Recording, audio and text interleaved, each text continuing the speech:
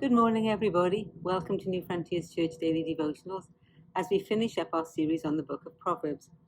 I wanted to tell you a story. When my children were little, they loved to play with little figurines. Do-de-do-de-do-de-do-de-do-de-do. They would spend hours just acting out scenes with their little figurines.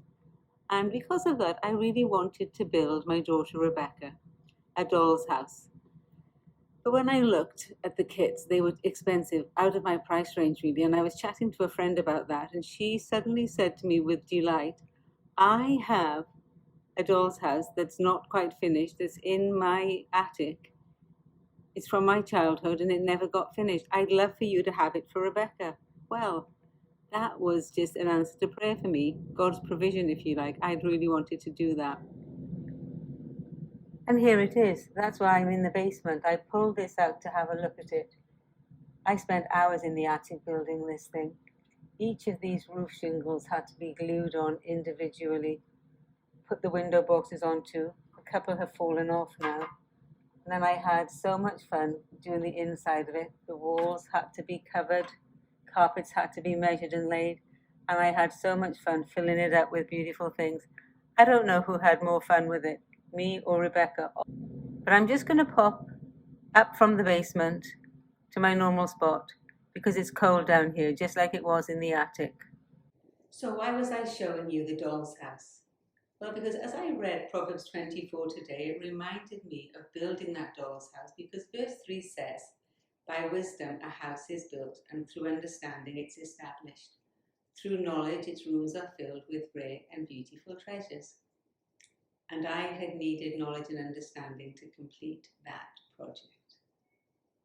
But I know that some people in this church have built actual houses, the kind of house that you can live in. And that is so impressive. There's a knowledge that you need to complete that kind of project for sure. But commentators agree that there's a secondary application to this scripture to do with establishing a household or a family. And for that, we really do need wisdom. It reminds me of when the book of Kings talks about the house of Saul or the house of David, meaning their family and their sphere of influence. I grew up in the house of Bradfield, and I'm so grateful for the legacy that I got passed on to me. But now there's the house of Forsey. And as I meditated on this scripture, I asked myself the question, for what would I like my house, my life to be known or remembered? Each of us has a house. How will we build? And what are the beautiful treasures that we will put in our rooms? By wisdom a house is established, and the book of Proverbs tells us that the fear of the Lord is the beginning of wisdom, and knowledge of the Holy One is understanding. So I want the fear of the Lord to form the foundation of my house. It reminds me of the parable that Jesus told. Everyone who hears these words of mine and puts them into practice is like the person who built their house on the rock. When the rains came down and the floods came up and the storm came, the house didn't fall because it was built on the foundation of the rock. So let's build our houses on the foundation of fearing God and putting his word into practice. Proverbs contains 31 chapters, one for every day of the month. Each chapter has 20 to 35 verses, pithy sayings about living life well.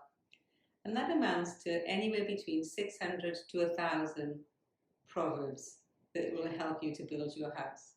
Reminded me of those little shingles that I had to put on the roof individually. But they stopped the storm from coming in and leaking through and damaging the treasures inside. Every little proverb acted upon adds to the security of our house.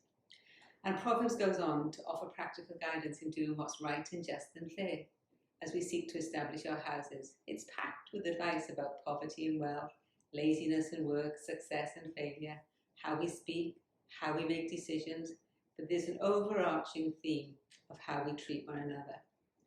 So like the doll's house, I do like my actual home to look lovely, and I enjoy pretty things, but there are more important things that I want to put on display in my house.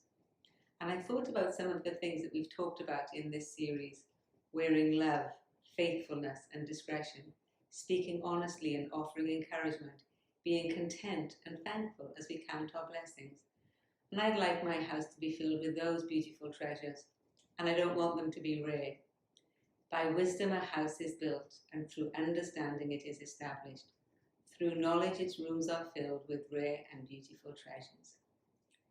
Well, as we fear the Lord, He will give us the wisdom and understanding that we need to establish our families, our households, with wisdom, with love, and with faithfulness. Our houses are blessed. I'm so thankful for the treasures God's put in my house, but also for the treasures I see in your houses, because I get to share in them too. In fact, the people that God has placed in my life are among the greatest treasures that I possess. And I'm thankful for each one of you. Happy Thanksgiving, everybody. God bless your day.